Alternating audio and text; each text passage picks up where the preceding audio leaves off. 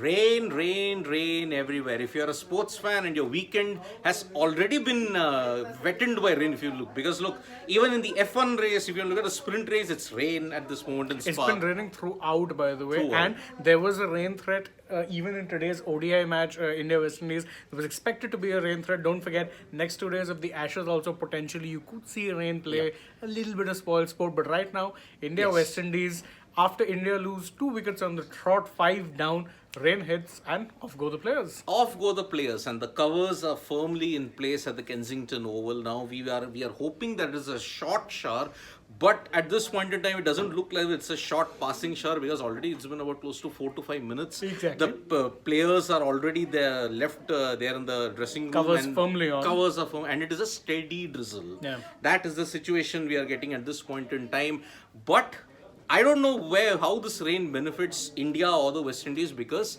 West Indies won the toss. Now we know why they chose to bowl, because the same kind of Very wicket. tricky, weird wicket. Yep. And after the good start that Ishan Kishan and Shubman Gill made, then they frittered away the advantage. But what is even more disappointing is that the middle order that is there, they failed to step up. And again, the promotion to Akshar Patel at number 4. I will go back to a term that I used a lot during the IPL Muddle for the order. Lucknow Super Giants. Yes, this is very much a muddle order, because I could make neither head nor tail of the batting lineup even when we saw the playing and I'm like, huh? Who's batting where? Yes. Akshar Patel at number 4. Are you going to be playing him at number 4? I don't understand. Yep. What was the point of sending him there? What was more importantly the point of, and not just point, even the players who did. Sanju Samson, by the way, should be disappointed with himself at throwing away his wicket at the worst time. Two when he could have- disappointments, yeah. One, Sanju Samson, he got out and then the rain came, and Right that at is that why point. he will be bitterly disappointed by that. But it continues a very worrying trend for Sanju Samson. Who dismissed him just before the rain break? Yannick Carrier. What Who is is Yannick Yannick Carrier? Carrier? A leg spinner. And who in the past has always hurt Sanju Samson? Spinners. Wanindu Hasaranga, a leg spinner. It was Wanindu Hasaranga who made him really mortal in the series against Sri Lanka, and that is the reason why falling to a leg spinner yet again, it is really a massive problem indeed. Now, the rain break, we all know that, okay, now the situation is you just had a 5 to 7 minute rain delay now. But remember, it has to really pelt down for close to 1.5 hours. For you to start losing overs. After that, you can start losing overs. So that is the situation we have at this point in time when it comes to the second ODI at Kensington Oval. I, for one, was surprised that the rain came at this time, because it was a 20% chances, and prior to the match there was already some showers in Barbados. But now I am sorry to say that the rain has settled. It was anyway overcast. And looking at the weather also, the West Indies were okay, we will bowl, but it was a no-brainer, because you saw the damage that the Indian bowlers had done on the first ODI, and it was the same wicket used. So we will use this rain break to sum up what has actually happened, the chaos that has engulfed us. Ishan Kishan, second consecutive 50, well done, at the top of the order. Yeah, whatever said and done, and we were being a little critical. I know I was. He's made the most of his opportunities so far, because he's batted now in 2 consecutive ODIs and has gotten a 50 in tough circumstances in both of them. Fair play, well done. Shubman Gill, again, I mean, you can say that it was yet another failure, you may say, by his high standards for Shubman Gill. After that opening partnership, you saw Everything was- nothing but Exactly. confusion. Exactly. Sanju Samson coming in at number 3, understandable. But then Akshar Patel at number 4. I mean, we know for a fact Akshar Patel is not even going to be a sure shot starter unless something, God forbid, happens to Ravindra Jadeja. Exactly. That's the only way he's going to be starting. And even if that happens, there is no chance in hell. Despite the fact that Akshar in recent times is a much improved batsman, no two ways about it. He's really worked on his batting. It's gotten levels better. Are you still going to be playing him at number 4? No. No.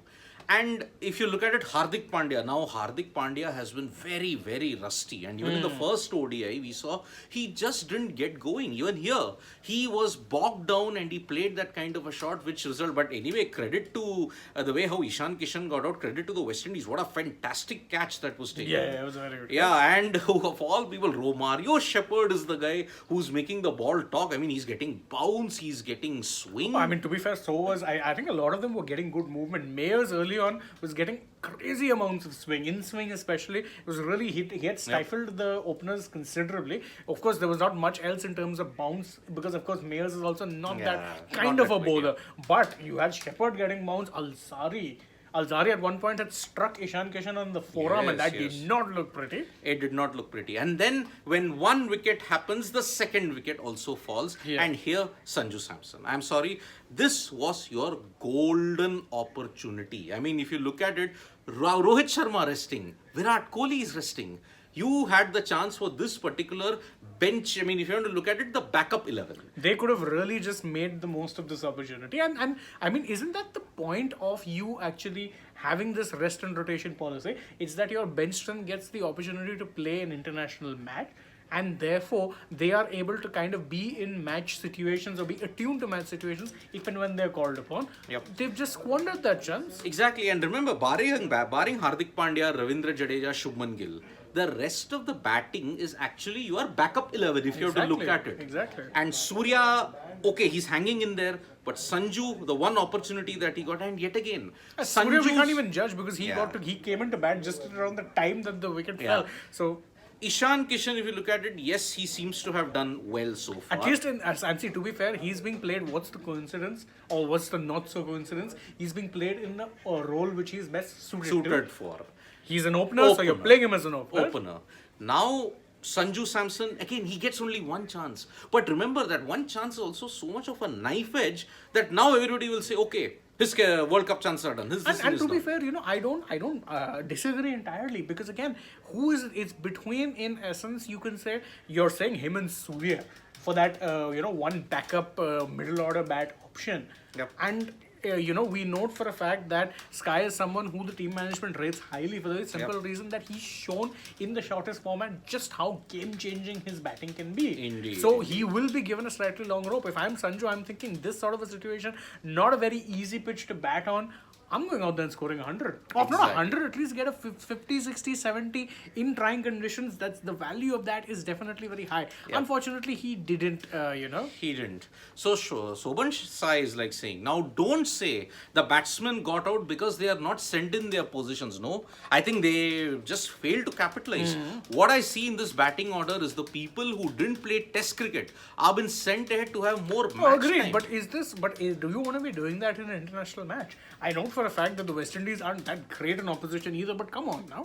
Let's be fair, not the time to be doing this. And King D was actually one of our family members. You were saying, I think India are not taking the West Indies very serious, and that's why they're doing these kind of chopping and changing and rotations, if you have to look at it. And I do agree with King D in a way because, I agree with him in that sense that no batsman seems to know what their role is. And this is the byproduct of constant chopping and changing and rotation.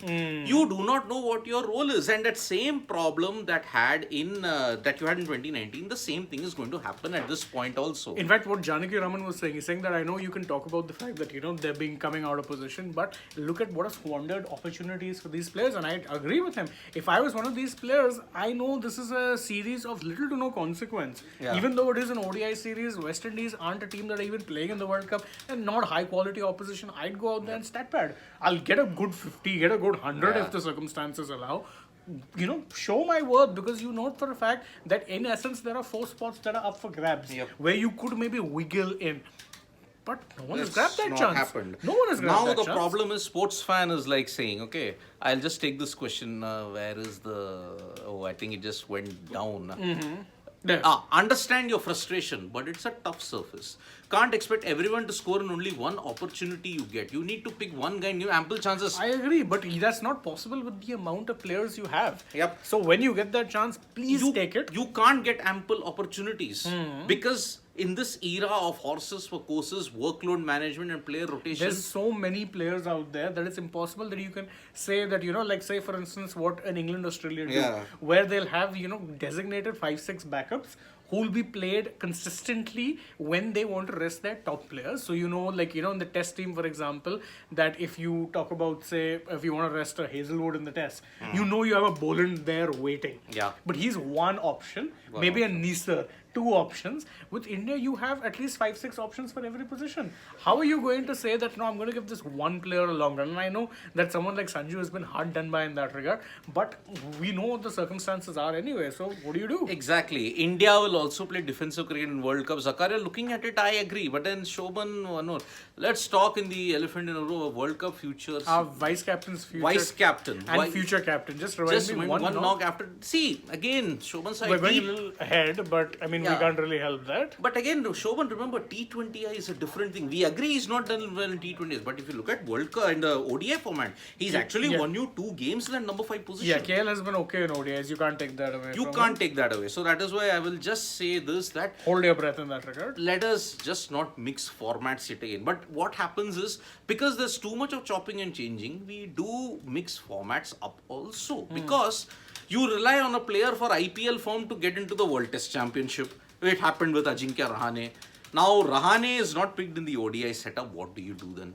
And at least with Rahane, by the way, the reason you made that choice was also because you know he's a proven commodity in Test cricket. Exactly. It's not like if you wanted to pick someone on T20 performance and parachute them in. You know, with Rahane, he was someone who's a proven Test performer, someone who's done well overseas. So you saw him in form and said, okay, look, might not be the worst idea, and actually proved to be an inspired choice. He was arguably your best batsman in the WBC final. See, Akash Bharadwaj, sir, we say Sanju, but he has not proved anything when bowling against spin. Or when batting against spin. I agree. Leg spin seems to be his real kryptonite. It does tend to do him in very bad, right? Even when we were backing him, he said that. I always said that he struggles against leg spin. Look at INDvWI, how he troubled him. And INDvWI, by the way, is predominantly a googly bowler. So yeah, so that's the problem. I am not talking about KL, I'm talking about Hardik Pandya. Hardik, I'll still give a bit of a longer rope. See, if you don't pick Hardik Pandya, your composition is gone. It's totally gone. Yeah. And guys, if I have to say, when you guys backed Sanju, we've consistently backed him, but we've also said that when he gets the chance, he has to make more of it. Yeah. Unfortunately, didn't do that today. He has not done it, and I don't think Janki Ram, what happened to Hardik as but it's an excuse.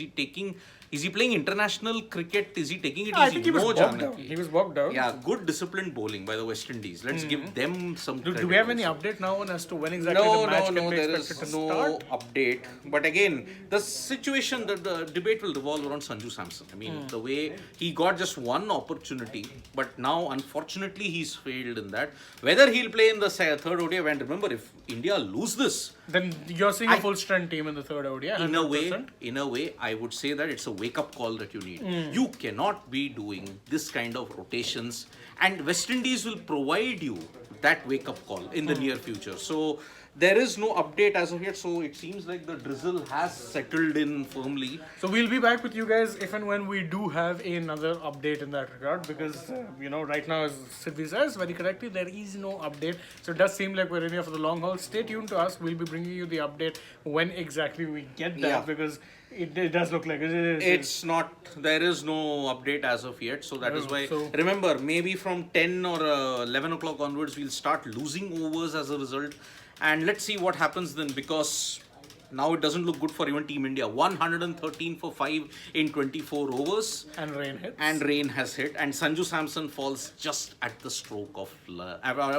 I didn't call it lunch. It's a rain break. It's a rain break. Still in test match mode. So thank you so much, folks, for joining us for this live. We'll be back with more update. As soon as we get it, we'll give you the update. And from me and Shane, it's bye-bye. Stay tuned.